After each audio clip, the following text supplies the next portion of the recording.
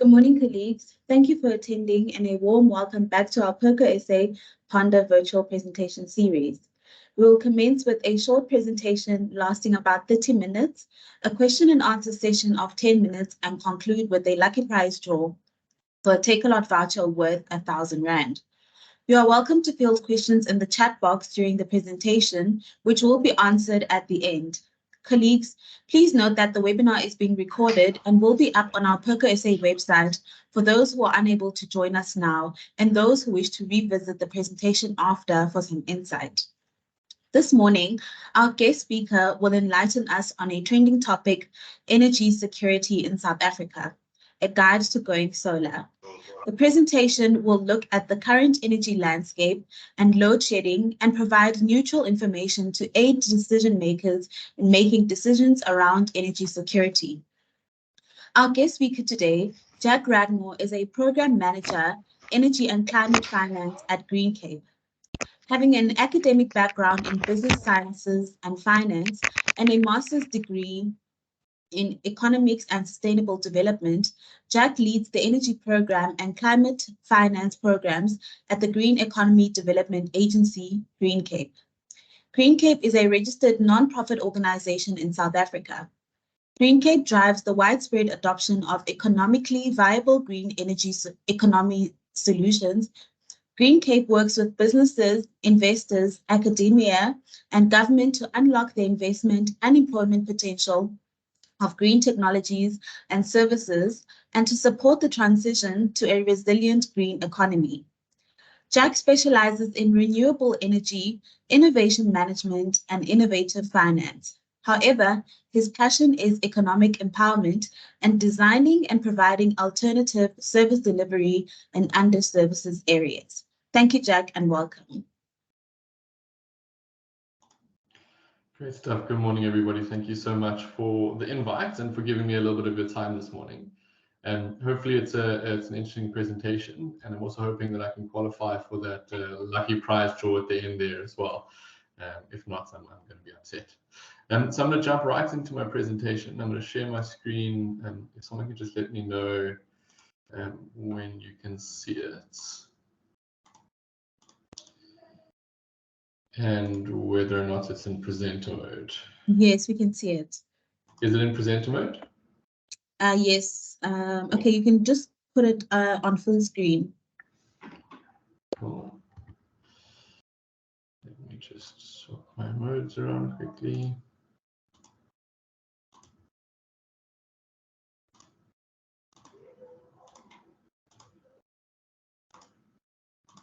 Is it on full screen now? No, not yet. Still not. No, but it's visible, so you can continue. It's very strange. Let me see if I can swap around my.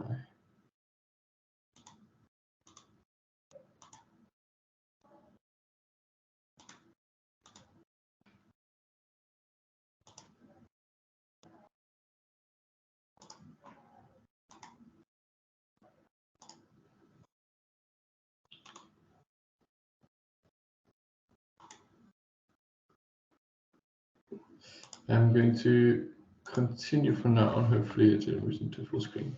So thank you very much, everybody. I'm super glad to be able to speak to you this morning. I'm going to try and give a little bit of information on one of the sort of topical areas of discussion at the moment, which is around the sort of energy crisis that we're continuing to experience, and then provide a little bit of information around some of the insights that we're gathering on the uptake of solar PV in and around South Africa, as well as backup energy storage, and then provide some ideas around access to finance, available incentives and tariffs that are linked to the uptake of embedded generation like solar PV. My thinking for today's presentation is that a lot of organizations that you're representing are starting, or if not have already started, to think about their energy security futures, both from a supply perspective, but also from a pricing perspective. And a lot of this is going to be very key to making the right decisions over the next few years to ensure your long-term sustainability, as well as your long-term energy security. At the end, I do also just want to give a little plug to our Power Up platform, which is a skills development or engagement platform that's linking higher education institutions with industry to try and build a bridge between those two sectors and allow efficient communication. So I'll speak to that briefly at the end. So as mentioned, Green Cape is a non-profit organization, so we try to provide very neutral information. We don't have any horses in the races, as they say. We sit as a cluster organization between private sector, investors, academia, and government, with the aim to try and unlock the economic employment and investment potential of the green economy. We've been operational since 2010, and as I said, we measure our impact against jobs and investments created within the South African economy. We facilitated just over 42 billion rands worth of investment in the South African economy and facilitated the creation of about 20,000 jobs over the last 13 years now. So really looking forward to seeing what the potential of the space is to continue to grow, and we believe we're right at the beginning of the space. And despite the name CAPE, we are a national organization, just established one of our sister organizations in Mpumalanga, the Mpumalanga Green Cluster Agency, that are working around the country and started some work in the rest of the continent as well. So the presentation I'm giving today is really designed to try and aid decision makers, consultants, procurement officers to make the right decision around their energy future. It provides a little bit of unbiased information to support investment decisions. It gives you a breakdown of some of the major opportunities in the energy landscape. And the ultimate aim for us is to try to increase the amount of new generation coming onto the South African grid. Essentially, that is the only way we are going to stop load shedding is through private sector procurement of new generation. And that is relevant on the smaller scale down to residential, all the way up to our large scale interventions by large power users. Over the last few months, we've had 150 of these engagements. 1 in 5 of those have resulted in new systems being installed by the participants, resulting in about 20 megawatts of new generation being connected to the South African grid. So for us, that's a really nice win, and we're hoping to continue that space. The support that we offer ranges from this initial presentation, but we're also very happy to work directly with any of the participants today to look at their energy needs and then provide some connections to potential installers. Also happy to review any quotes or assessments that you have received to try and provide a neutral response, and then to link you up to financiers when you are looking to actually finance the systems. Again, nothing in it for us beyond the increase in generation, the resultant investment and job creations that we try and measure. So starting off just defining the problem, we're obviously all very well aware of load shedding and the continuation that we've experienced over the last few years. But this is really coming down to a shift in the type of energy crisis that we're in. So in the early 2008s through to 2014, we were in a supply crisis. So you would remember all those adverts on TV, turn your geyser off, turn off your pool pump. And that was very much because we were in that sort of demand challenge. So we're using way more electricity than what we could supply. Over the last couple of years, we've headed into what we call a supply crisis, where our availability of generation capacity is way below expected levels, and we're not able to actually generate enough electricity to meet even the lowest demand projections. So what this graph is a breakdown of the energy availability factor for the Eskom, mainly coal-fired fleets. That availability factor is really looking at how much or what percentage of the generation fleet is currently available and able to actually produce electrons to be pushed onto the South African grid. So you can see in sort of early 2017, we had almost an 80% energy availability factor, and that has reduced quite drastically down to less than 50% currently. Eskom's medium-term system adequacy outlook report produced in the beginning of this year had set the very worst case scenario, here represented in the black line, at being maintaining in and around 60% and then dropping to its lowest at 58%. And as you can see with the blue line, we are really well below even their worst case predicted. So What this means for us is we are going to continue to struggle to have the generation capacity, specifically in our coal fleet, that we need to, one, meet our minimum demand, but also to allow for economic growth in the longer term. Practically what this means... Excuse me, Jack. Sorry to cut you.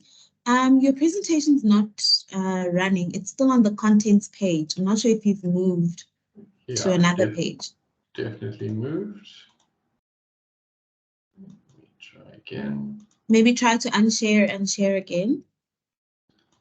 Just gonna share my entire screen. Is it onto the define the problem slide? I beg your pardon? Is it moving? Is it on a new slide now? No, it's still on contents. Can you try to unshare and then share again? Very strange. So I've stopped sharing.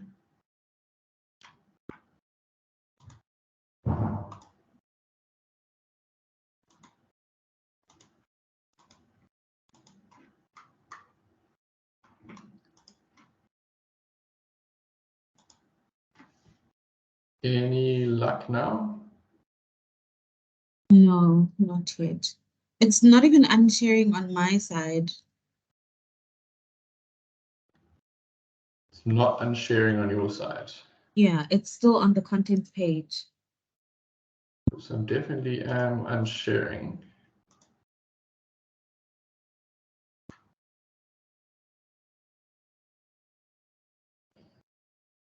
Let me try one more time. Apologies for this.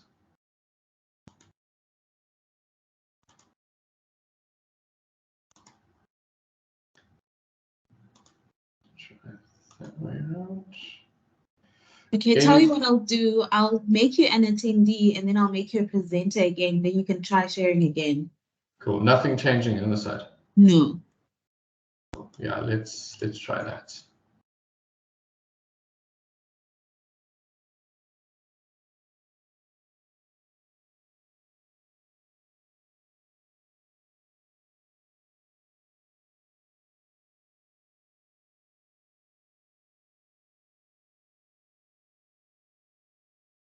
Jack, can you switch on your camera and then try to present again? I switched you back to presenter mode. Sure, let's try again.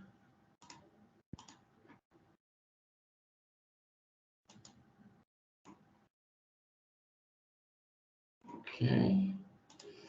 Anything now? No, nothing has been shared yet.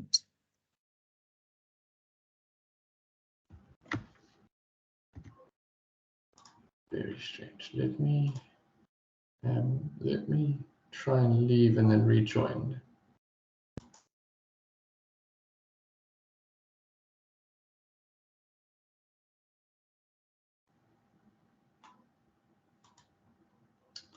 Sorry about that.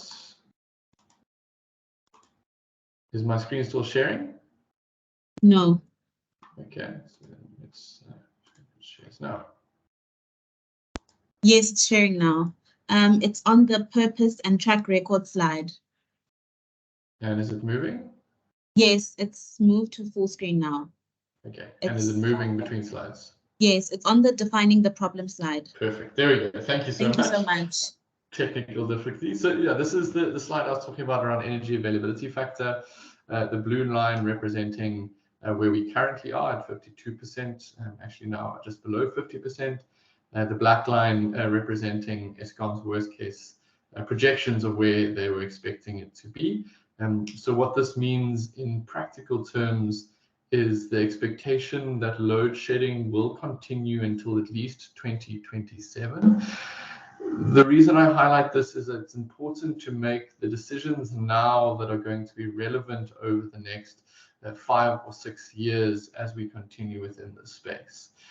The expectation, so perhaps in 2023, by May 2023, we had surpassed the 2022 total amount of load shedding. The expectation is we will more than double the amount of load shedding this year than what we experienced last year.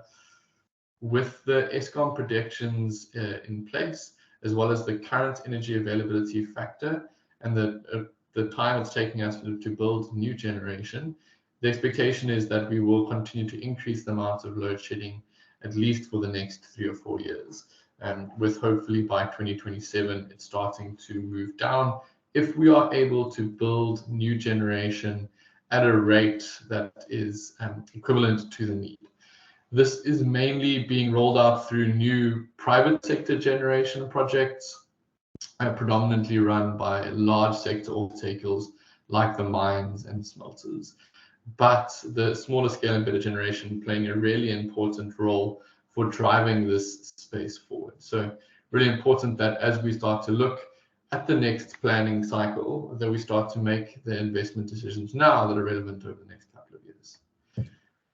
At the same time, we're also seeing electricity prices continue to increase, but also changing structure quite significantly. So the majority of organizations will likely be on a 3-part tariff. So they will pay a peak, an off-peak, and a standard time tariff. So they'll pay peak tariffs in the early morning and the late afternoons when there are a lot of users using electricity. They'll pay off-peak tariffs during the night and standard tariffs during the day. So we can see a more than a 56% increase in tariffs over the last 2 years. It's something ridiculous like a 690% increase in electricity prices since 2010, so over the last 13 years. Over the next couple of years, we expect to see the both peak and off-peak times continuing to increase at a rate of about 20% per year. But we expect to see the standard time price start to stabilize and then decrease over time. This is as the penetration of solar PV increases on the grid. That daytime when a lot of the solar is generating in the middle of the day would actually bring the overall electricity price down given the current price that solar is able to generate at. So that's why it makes it quite important to think through how you structure and install your embedded generation to make sure you're able to take advantage of these different price structures, and also be aware of what this means for your municipal bill as you start to think through the next couple of years. A lot of municipalities are starting to move towards a fixed structure or a fixed tariff. So everyone would have seen in the news how municipalities are penalizing solar installations, but really what's it's happening is municipalities are moving all of their fixed costs, so their costs that don't change depending on how much electricity is sold, into a fixed fee. So you pay 200, 350 Rand a month fixed fee, and then a reduced electricity price per kilowatt hour on top of that. Again, that has an influence on your business case for installing alternative energy, but it's really important that when you're looking at new projects or when you're getting consultants to quote on new projects, that you accurately compare the cost of grid electricity relative to your new sources, and then start to find what is the best option, what is the best sizing for our institution over the next couple of years. This market, with load shedding and the reducing prices or increasing price of electricity really has started to grow quite rapidly. So this embedded generation market of smaller systems, so 1 to 10 megawatt installed systems, has grown to about 3.2 gigawatts in total. This is dominated in Gauteng and the Western Cape, purely because of where sort of economic centers sit, but also around incentives and promoting regulations. The commercial and industrial sector have been the dominant drivers of this uptake, but there's also a really strong case in the agriculture sector, and then quite a big uptake, especially over the last few years, in the residential sector. The city of Cape Town used a nice example that a year or two ago, they were perhaps receiving 50 to 100 applications from residential homes for solar PV per month. This last month in August, they received 3,500 applications for new generation in the residential sector. So really a market that is growing quite rapidly. And I think as higher education institutions, it's worth thinking, one, about what are our future as institutions, how do we promote our energy security, but also thinking about what does this market opportunity mean for the type of qualifications that we're producing and the skills and competencies that are leaving our organizations.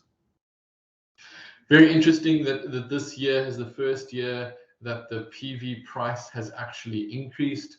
Overall, there's been a significant decrease in the cost of solar PV, but with COVID and the supply chain issues, with the majority of our technology still coming from international manufacturers, there has been an increase in the price over the last 2 years. This is particularly driven by the price of PV panels. And shipping. There's been a 350% increase in shipping since this time in 2022. So really a challenge there, but also a very big opportunity to look at local manufacturing of these key components. So local manufacturing, particularly of the inverters, of the PV panels, of the wiring. So a lot of opportunity there to try and drive local manufacturing through the structure. There are a couple of different procurement options that it's worth looking at when exploring this space, and we'll go a little bit more into some of the sort of decision drivers here. But these are the 4 dominant ones that are currently within the market. You've got an outright purchase, obviously, the client taking responsibility for the performance risk of the system itself. So you're buying that system, operating it yourselves, and benefiting from savings. You've got a debt finance solution similar to the above, except obviously trying to raise money through a commercial lender. The terms there have improved over the last few years. Previously, it was at a maximum of 3 to 5 years. We're now seeing term loans of up to 10 years, which is better equated to the useful life of the asset itself. On this sort of lease to own structure is starting to gain momentum. So this is the idea that the installation, maintenance, and operations of the system is maintained by the service provider themselves, and the customer pays a monthly lease fee for the period. At the end of the term, the customer owns the asset. So a really nice structure here where you share the risk, and you maintain the expertise of the provider, and you're able to have some sort of price security over the next 10 years because you know exactly what you're going to be paying over that period of the lease. And then the last one is what we call power purchase agreements. And this very simply is just changing who you buy your units of electricity from. So an installation company will install, maintain, and manage the solar installation. And instead of paying R2 a kilowatt hour to Eskom, you pay R2 a kilowatt hour to this new utility provider. And the system is maintained and owned ultimately by the service provider. So they're incentivized to ensure the system adequately performs and you get the service that you need. So really the big shift here is just around the availability of finance, whether or not you want to own the asset yourself, who owns or takes on that performance risk, and then sort of your eligibility for either raising debt or doing it off a balance sheet. So a very simplified decision tree. I'm sure in the procurement space, things get way more complicated than this, but really nice way just to think through how and which one of these procurement options perhaps makes sense for the organizations that you represent. Power purchase agreements and lease options very much as an emerging sector. We're seeing the majority of the installations being done through debt finance over the last couple of years. It's really important and to get accurate pricing for these different options. I'm sure if any of you have gone out to actually get pricings for a solar PV, you will see quite a big range depending on which installer you talk to. So we've put together some price benchmarks for the current year to give you a good idea of what you should be getting and what you should be pushing installers to provide the systems at. So from a balance sheet purchase perspective, this is at a watt peak. Okay. Sorry, someone unmuted. You can see the different options. So at the smaller system size, your 100 kilowatt peak, expecting a price somewhere around 12 Rand per watt peak. At your larger systems, upwards of 1 megawatt, you can get this all the way down to 11 Rand per watt peak. Debt finance is very much dependent on your interest rate, but if you want to see sort of an amortized structure, you're likely looking at something in around 10 to 11 Rand per watt peak. On a lease to own system, on the smaller systems, you're looking at about 7 to 30,000 Rand per kilowatt per month. And you can get that up on the larger systems to about 200,000 Rand for a 1 megawatt system per month. Nice to start to compare that to your electricity expense per month and what that can mean from a usage perspective. On a power purchase agreement, a nice way to think about this is what is your kilowatt hour charge that the municipality or Eskom charges you. On your smaller systems here, you can look to pay around 1 Rand 10 to 1 Rand 45. And on the largest systems, the prices are all the way down to about 80 cents per kilowatt hour, which is extremely competitive if you compare the average tariff for institutions like yourselves, which sits in and around 1 Rand 30, almost up to 2 Rand, depending on your local municipality. There are a number of different installation types. Each of them have a different cost multiplier. Rooftop PV being likely the cheapest installation structure at the moment, typically with a 2 kilowatt peak being able to be accommodated on about 10 square meters of rooftop. Most of roofs can take the load under current building requirements. One of the big challenges that we are coming up across is asbestos roof replacement. So departments of labor have required that all asbestos roofing is replaced over the next 5 years, and they've actually taken a stance to prohibit any PV installations on asbestos roofing, obviously for the health and safety requirements.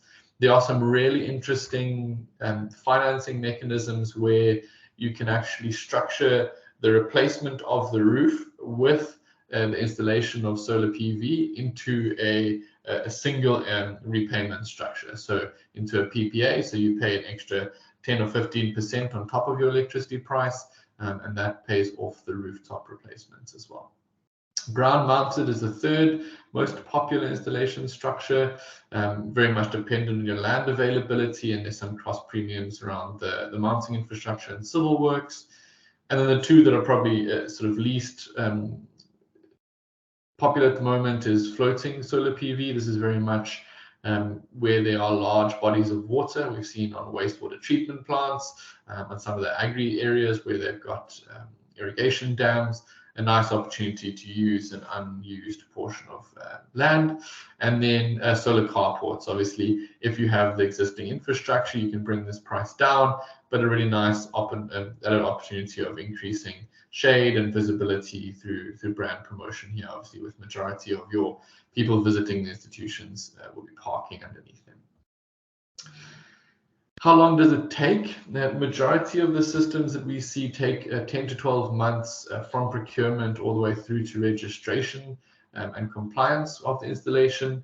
The largest portion going through this sort of procurement phase, so the budgeting, the design, and then going through the investment decision. Registration, please don't let any installer tell you that you do not need to register your system. Your systems must be registered both with the National Energy Regulator, being NERSA, and with your local energy utility. So whether that be Eskom or the local municipality, a requirement of registration for all utilities is in place.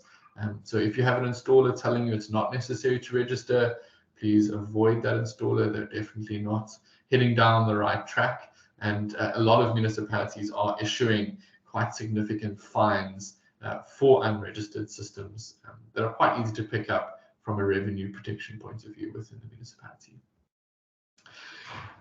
Obviously, grid-tied solar PV alone is not a mechanism to end load shedding. So if you just have solar PV, you will still get load shed.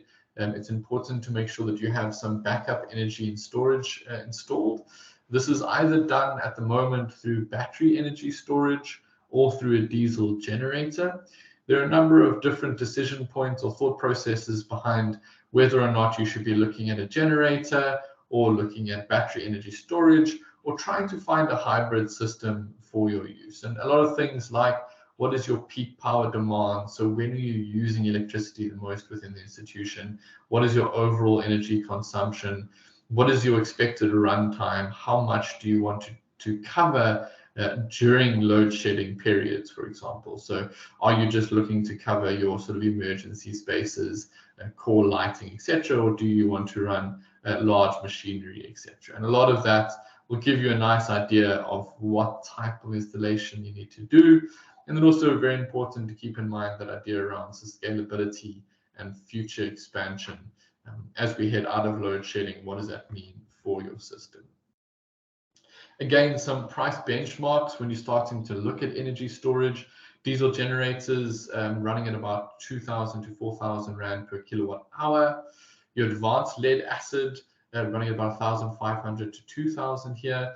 They have improved the life cycle and depth discharge of these systems, but a battery is designed to be discharged entirely for only a certain amount of cycles. So most have about 8,000 cycles in them, meaning it can be charged and fully discharged 8,000 times before they will start to lose quality. With advanced lead acid, they have a relatively low life cycle requirement of 1 to 2 years. So within 2 years' time, even without load shedding, there will be an expectation that you'll have to replace those batteries. Lithium ion has quickly become the industry standard for energy storage. It is highly efficient, it is much smaller, it is relatively fast charging, and has a much longer use life cycle. Expectations that it will last around 10 years. The majority of the large installers will provide you with a replacement guarantee if the system drops below 80% efficiency within the first 5 years. There, your price still sits about 4,000 to 10,000 Rand per kilowatt hour. And then one of the really exciting emerging local technologies, vanadium redox flow batteries. 5 or 10 years ago, South Africa was the largest exporter and producer of vanadium. Over the last couple of years, we've dropped away, with India, I think, starting to take over. But we've just reignited our vanadium facilities up in Mpumalanga and in the Northern Cape to produce these vanadium redox flow batteries for much larger installations. So 400 kilowatt hour and upwards, and where you're looking for extended backup requirements. So where you're looking for more than 4 hours at a time, multiple times per day. Still really expensive just because of economies of scale. So there you're looking at 8,000 to 14,000 Rand per kilowatt hour. The levelized cost of storage is a really important one to look at. So this is what does it cost per kilowatt hour that you're receiving. And why this is important is diesel generator might be cheaper to buy outright, but lithium ion is extremely competitive from a kilowatt hour perspective.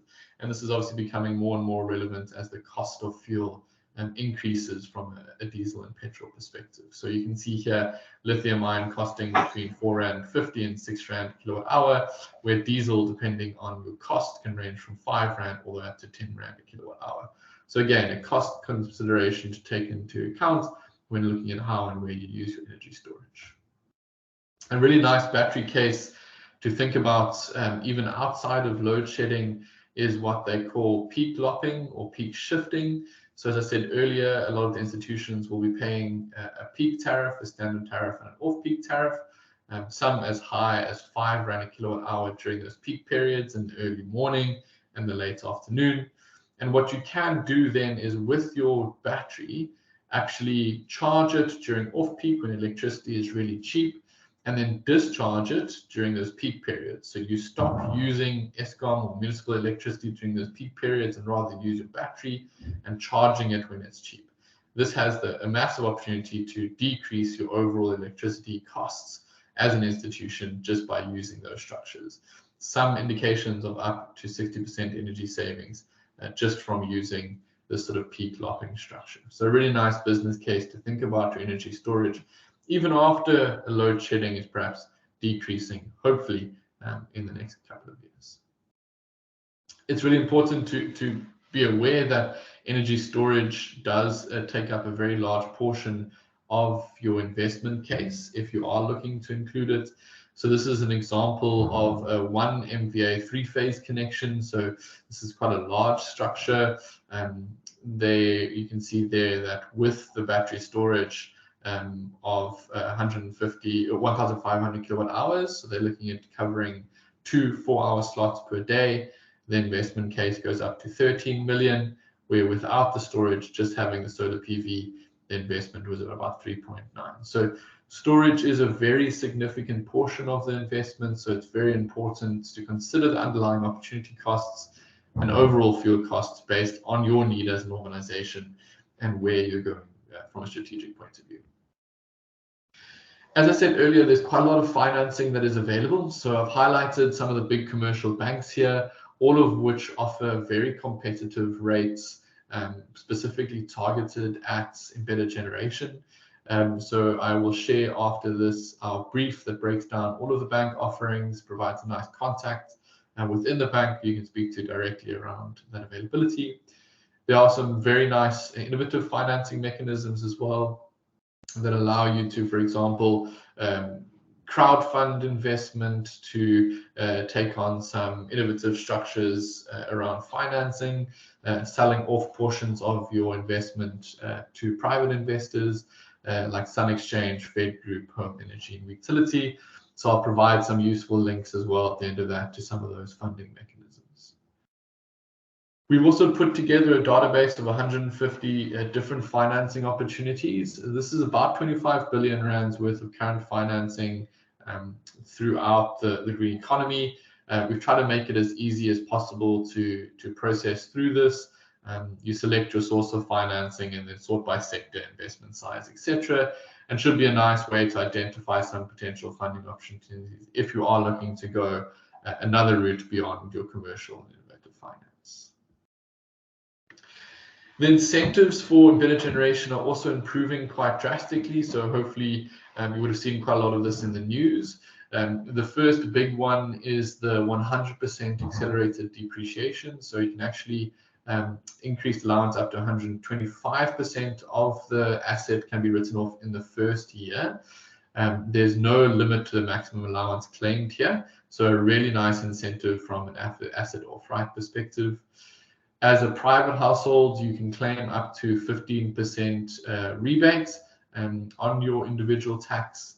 There's some really nice incentives around greenfields investments, as well as capital outlays for installation. So SARS really coming to the party and trying to provide the incentives to promote grid-tied investments, and we really will see these continue to improve the business case for institutions looking to actually implement projects on the scale. Around the country, the regulations are shifting to really promote the uptake of embedded generation, try and make it as easy as possible. One of the big ones is the net billing guidelines, as well as the introduction of feed-in tariffs around the country. So this is a map of the municipalities around the country that either have feed-in tariffs or simply allow connection of embedded generation to their grid. Most feed-in tariffs sit at around 75 cents. In the Western Cape currently has the highest average at 80 cents per kilowatt hour. And the city of Cape Town has the highest tariff at the moment, with their feed-in tariff being R1 a kilowatt hour. And they have a 1-year incentive for the first year of installation where they will pay you an additional R1 kilowatt hour beyond that as well. So really looking to incentivize grid feed-in within the city of Cape Town at the moment. Also just giving a little bit more interesting insight here from the city. The city of Cape Town have announced their cash for power. So this is where not only will they allow you to feed electricity in, but they will actually pay you above and beyond what you consume. So previously how it worked is you can feed in up to the end of your electricity usage. So the city would never owe you any money, they would just decrease your bill. But now they will actually pay cash for any generation pushed back onto the grid. And you can offset your entire municipal bill against this feed-in. So that means not only your electricity bill, but also your refuse collection, your water bill, rates and taxes across the board can all be decreased and offset by feeding electricity back on the grid. This is a trend being picked up by a number of the big metros, so really an exciting opportunity again to look at the improved business case for embedded generation over the next couple of years. I'm not going to spend too much time on this. But this is particularly relevant when the institution that you're representing doesn't have a space to install generation on site. So perhaps there's not good roof space, or you don't have area to install ground-mounted systems. There is an allowance for electricity wheeling. So it's where you can generate at a remote site, wheel that electricity over the Eskom or municipal grid, and use that electricity on site. So a nice opportunity to use that. There's also opportunities to work directly with energy traders. So these are private sector licensed energy traders that will generate electricity, buy it from a generator, and on-sell it to you through the municipal grid. So you do not take on any technology risks of trying to install systems. You simply shift who you are buying your electricity from. Still remains quite expensive. And so at the moment, you're probably looking at R2.30 to R3 a kilowatt hour, because you're going to be paying some demand charges, etc., for using the electricity grid from Eskom or the municipality. But this is very much being taken up by institutions that, for example, have net zero commitments by 2025 and don't have enough space to install their own generation, and are looking to buy from these larger generators using the municipal infrastructure. One thing that we're really trying to push at the moment is to make sure that you're using certified installers.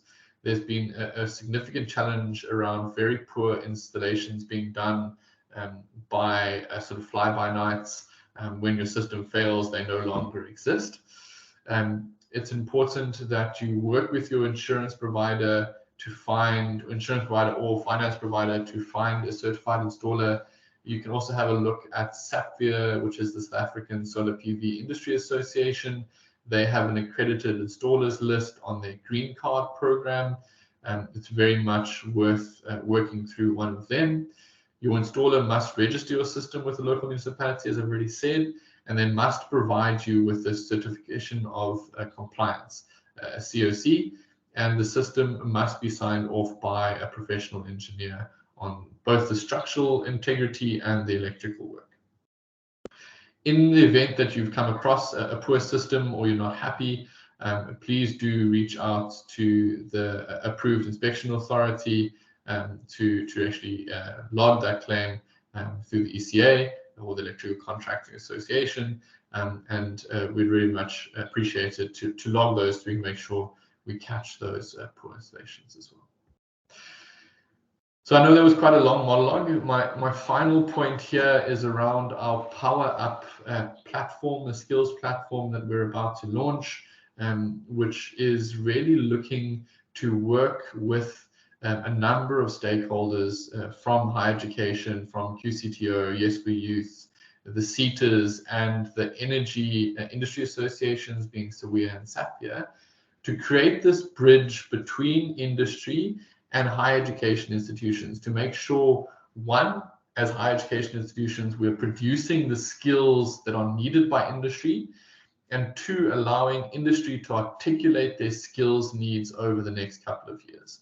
So we're building this platform to allow industry to share their skills and training qualification needs over the next couple of years, to then inform higher education institutions to adapt what is being taught, what qualifications are being produced, and where opportunities exist, helping the CETAs to implement some of their sector skills plans, and providing industry and higher educations with grants to implement some of the new qualifications coming from this, and then really finding that ability to promote apprenticeships, learnerships, internships, bursaries, etc., where we can actually find industry stakeholders to take this on. So we're really excited about this platform. We'll be launching it soon.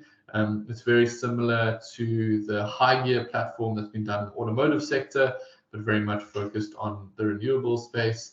And we think there's a significant opportunity to adapt our higher education institutions to take on the amazing opportunities that are starting to emerge within the sector. I will share this presentation after, but just a couple of really useful links around frequently asked questions, some really nice calculators to look at your energy use, also sharing some of our resources that I've spoken about previously. So yeah, I know that was quite rapid, and apologies for the initial technical challenges, but happy to stop there and take some questions from the group. Thank you very much. Thank you so much, Jack, for sharing your knowledge and insights on energy security and giving us a guide to going solar. So, colleagues, you're welcome to field questions in the chat box, and I will field those questions to Jack for him to answer. Colleagues, will now proceed with the question and answer session. So, one of the questions, Jack, is what are the environmental issues of energy security in South Africa? Sorry, I don't understand the question. What are the environmental issues of energy security in South Africa? Sure, I'm not sure I'm following the questions around environmental issues. So perhaps for smaller scale, there's very limited environmental impact. So within rooftop ground-mounted solar PV, your environmental impact is very limited. You do not require environmental approvals. Once we start getting to the larger scale systems, your large scale wind in your large-scale solar PV installations, there are environment impact assessments that are required. There are some challenges around fauna and flora, specifically around bats and birds for your large-scale wind farms. But with new technologies, it's starting to reduce quite drastically. So overarching, it's quite limited. Interestingly enough, we're seeing quite an uptake of solar PV being co-located with agriculture. So where you're actually using the shading of the systems to benefit your plant growth or livestock management. So some interesting overlays there with the agriculture sector. So another question is, what would you say is the biggest challenge for energy security? The biggest challenge for energy security? Yes.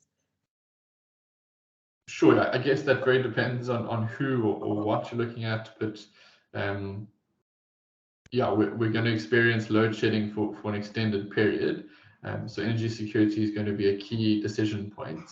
And I think that availability of finance has to date been the significant challenge. But I think over the last couple of years, that started to reduce. So if we make wise decisions now, you're definitely able to take better control both of your price security and your access security. Okay. Then there's a comment here in the chat box. It says, I heard one must also register their system with SARS as well. Is that true? No, so no SARS registration. If you are doing the tax rebate, you have to detail the system, but no registration requirements. It's only with NERSA and with your utility. Okay. I don't see any other questions in the chat box. Yeah, and yeah, I don't see any more questions. There's just a comment. Thank you, valuable content. Will there be a recording shared after the session? Colleagues, the recording will be shared on our PURCO SA website, which is www.purcosa.co.za. And an email will also be sent out later this afternoon with the link to the uploaded webinar on our website. So I guess that brings us to the lucky prize draw. So I've got a couple of names here for the session, and I'll just one. So the winner is George Chawe, the director at HBC Construction. Congratulations, George. 1,000 Rand take-a-lot voucher will make its way to you soon. Thank you very much, colleagues, for the question and answer session. And a reminder once again, before we end the session, that the webinar is being recorded and will be made available on our website later this afternoon. That brings us to the end of our webinar this morning. Thank you so much for attending, and thank you to our guest speaker, Jack Redmore. Until the next one, goodbye.